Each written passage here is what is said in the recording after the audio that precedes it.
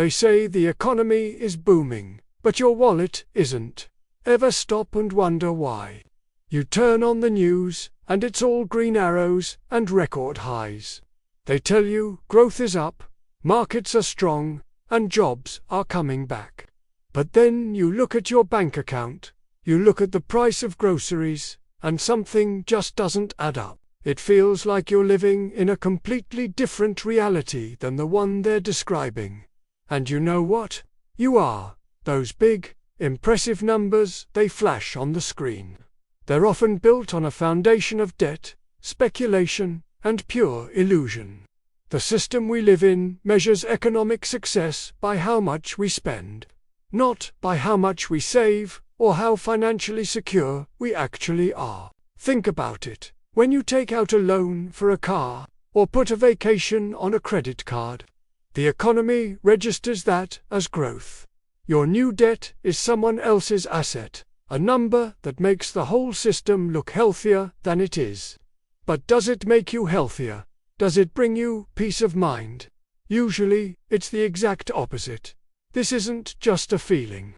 The data backs it up. According to the World Bank, this year, global debt has skyrocketed to a mind-boggling $315 trillion. That's 336% of the entire world's GDP. We are literally drowning in debt 3 times over. And remember that massive stock market surge we saw between 2021 and 2023. The headlines were screaming about bull runs and new millionaires, but during that same period, a staggering 70% of citizens saw their wages either stagnate or decline when adjusted for inflation.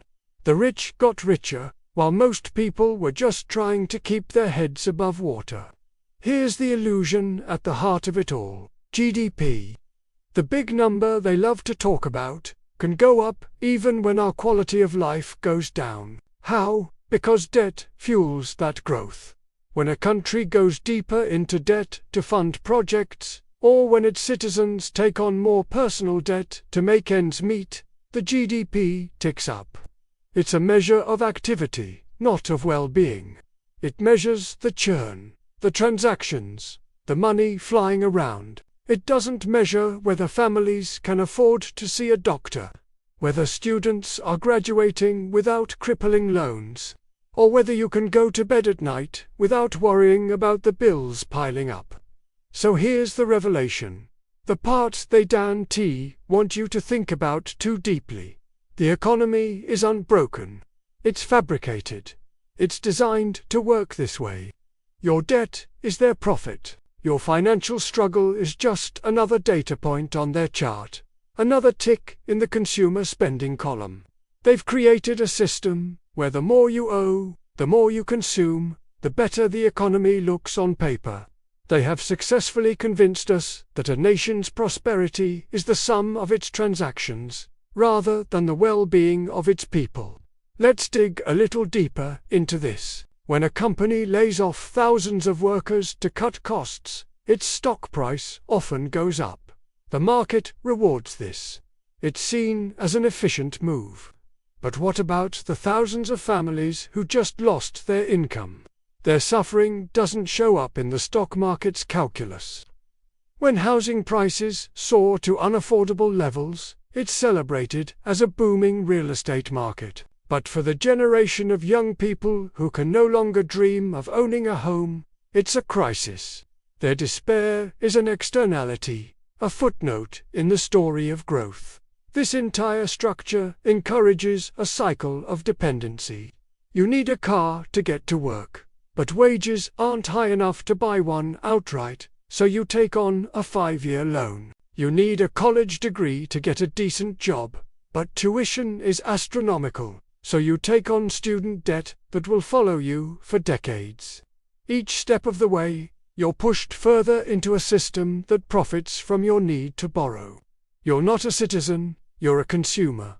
You're not a person, you're a borrower. Your financial life becomes a series of monthly payments, a constant race to keep up, all while the system that created this race celebrates its record-breaking speed.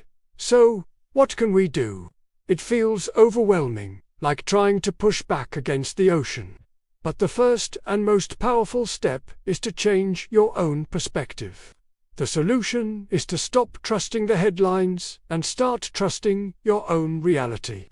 Unplug from their definition of success. The TV can tell you the economy is great all day long, but you know the truth when you pay for your gas or buy your food. Start measuring your own wealth differently.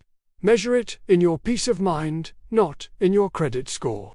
Measure it in your free time, not in the price tag of your car. Measure it in the strength of your relationships, the health of your body and mind, and your freedom from financial anxiety. True wealth is having the option to say no, the ability to walk away from a job that drains your soul, the freedom to spend a weekend with your family without worrying about how you'll pay for it. That is a richness the stock market can never quantify. Cultivate financial literacy not as a way to get rich quick, but as a way to build resilience. Learn about saving, about living within your means, about distinguishing between a want and a need. This isn't about depriving yourself, it's about empowering yourself. It's about taking back control from a system that wants you to be a perpetual debtor. Every dollar you save, every debt you refuse to take on, is a small act of rebellion. It's you declaring your independence from their fake economy.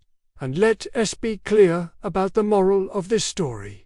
The economy grows when you suffer that S, not prosperity. That's dependency. True prosperity is when a community thrives, when its people are healthy, secure, and have the opportunity to pursue their potential.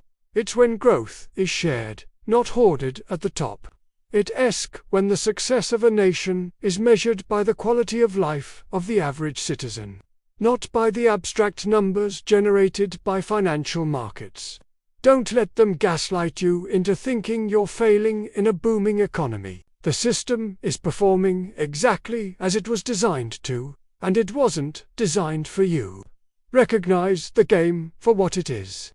Focus on building your own personal economy, an economy of real value, of security, and of peace. That's a foundation that can't be shaken by market fluctuations or phantom booms. It's a wealth that is truly yours. Thank you so much for watching and for thinking about these big ideas with me. If this resonated with you, please hit that like button and consider subscribing for more content that questions the narratives we're told. I'd love to hear your thoughts in the comments below. How do you define wealth in your own life? Until next time, stay curious and trust your reality.